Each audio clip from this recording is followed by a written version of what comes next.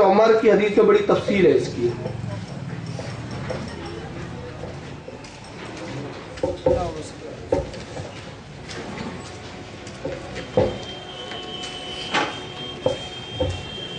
کتاب الایمان کی مشکات کی پہلی حدیث ہے. اس میں تفصیل یہ ہے، بڑی طویل حدیث ہے، یہ 2 صفحے کی حدیث ہے کہ حضرت عمر اس میں یہ بیان کرتے ہیں کہ رسول اللہ کے پاس ایک شخص آیا اور عمدہ لباس، سفید لباس اس نے زیب تن کیا ہوا تھا. یہ پوری تفصیل سے بیان کر رہے ہیں حضرت عمر. عرب کا اور مدینے کا بھی معلوم نہ ہوتا تھا. نبی پاک کی خدمت میں حاضر ہوا، پھر نبی کے پاس بیٹھ گیا، اتنے قریب بیٹھا کہ اپنے گھٹنے نبی کے گھٹنوں سے ملا دیے. پھر حضرت عمر کہتے ہیں اپنا ہاتھ وضع کفیہ، پھر اپنا ہاتھ نبی کے جو ہے زانو پر رکھ دیا، اور پھر وہی سارے سوالات پوچھے جو حضرت امام بخاری کی حدیث سے بھی آپ نے سن لیے. اور سننے کے بعد ہر سوال کے جواب میں کہتا آپ نے سچ کہا، سچ کہا، سچ کہا. حضرت عمر فرماتے کہ پھر وہ اٹھ کر چلا گیا. جانے کے بعد نبی پاک نے فرمایا کہ تم میں کوئی ہے جو اسے واپس بلا لائے کہ میں اس سے کچھ اور گفتگو کروں. حضرت عمر فرماتے کہ جب ہم گئے تو اس کو نہیں دیکھا، ہم نے نہیں پایا اسے. تو کہا یا رسول اللہ وہ تو غائب ہو گیا. نبی پاک نے فرمایا وہ جبریل تھا جو تمہیں تمہارا دین سکھانے آیا. مشکات میں جو حضرت عمر کی حدیث ہے اس میں حضرت عمر کیا بتا رہے ہیں کہ جبریل لباس پہنے ہوئے تھے سفید. نور کو لباس کی کیا ضرورت. پھر وہ آئے گھٹنے سے گھٹنے نبی کے ملا دیے، مطلب جبریل کا گھٹنا بھی تھا، انسان کی شکل میں آئے. پھر اپنے ہاتھ کو نبی کے زانو پر رکھا. پورا سراپا بیان کر رہے ہیں. اور حضرت عمر جو کہتے ہیں اس میں ایک بات اور انہوں نے لکھی، کہتے ہیں کہ اس کے بال جو ہے کالے اور گھنگرالے تھے. پورا حلیے کے ساتھ یہ حدیث آ رہی ہے. تو اس کا مطلب یہ ہوا کہ جبریل انسانی شکل میں آئے تھے. تو جب جبریل فرشتوں کا سردار ہے مگر وہ نور ہو کر انسانی شکل میں نبی کی خدمت میں حاضر ہو جاتا ہے، تو اگر نبی پاک ہم گناہگاروں کے پاس نور ہو کر بشر کی شکل میں آئے تو کیا تعجب ہے.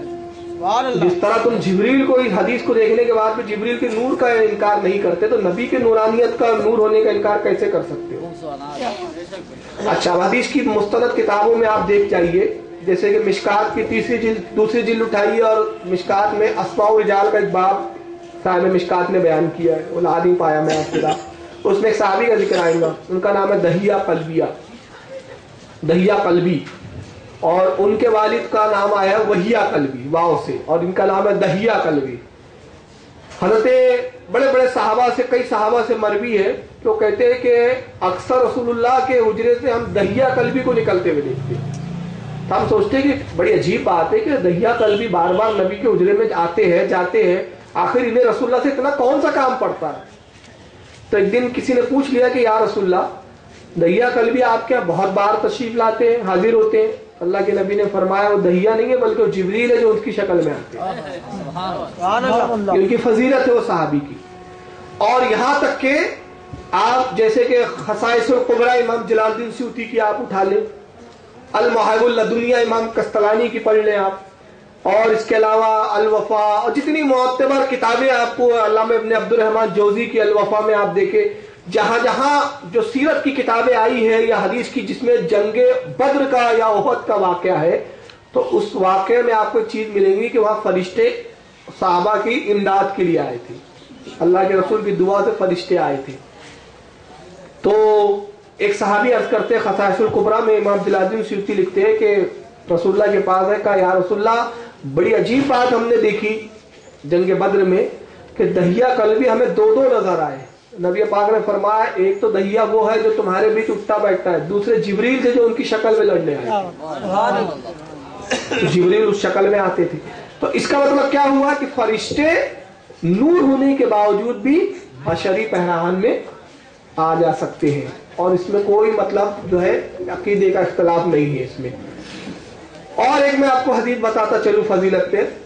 خصائص القبریٰ میں ہی امام جلال الدین سیوطی نقل کرتے ہیں کہ جنگ احد میں افواہ جب پھیلتی ہے کہ معاذ اللہ نبی پاک صلی اللہ علیہ وسلم کا جو ہے انتقال ہو گیا، وصال ہو گیا، شہید کر دیے گئے.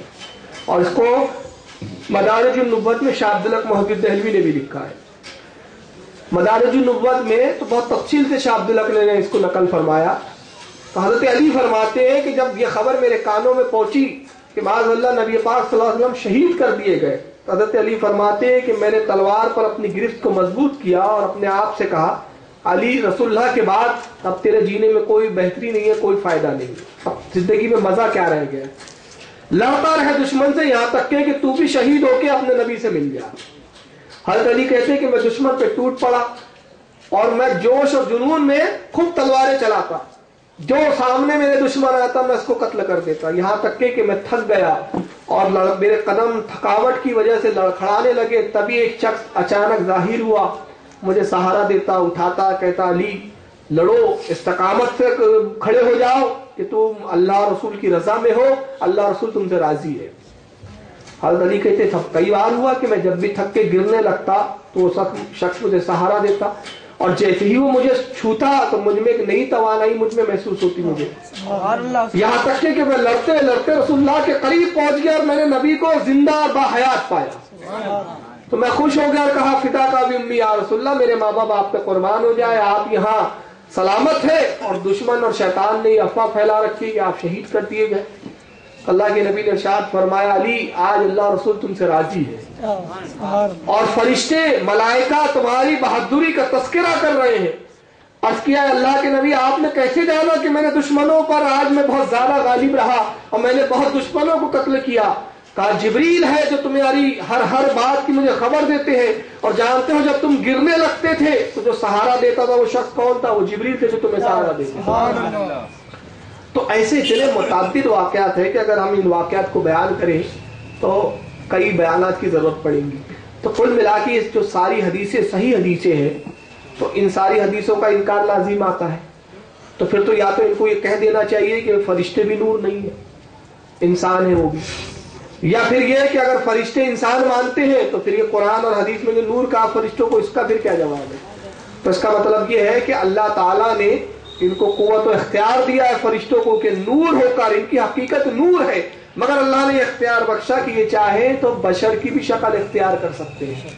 جس طرح یہ کر سکتے ہیں اسی طرح اللہ کے رسول کو بھی اللہ تعالیٰ نے اختیار بخشا کہ آپ نور ہے حقیقتاً، مگر جب زمین پہ دنیا میں ہمارے انسانوں کے بیچ آئے تو آپ بشر بن کے آئے، اور بشر بننے کی ضرورت کیوں تھی؟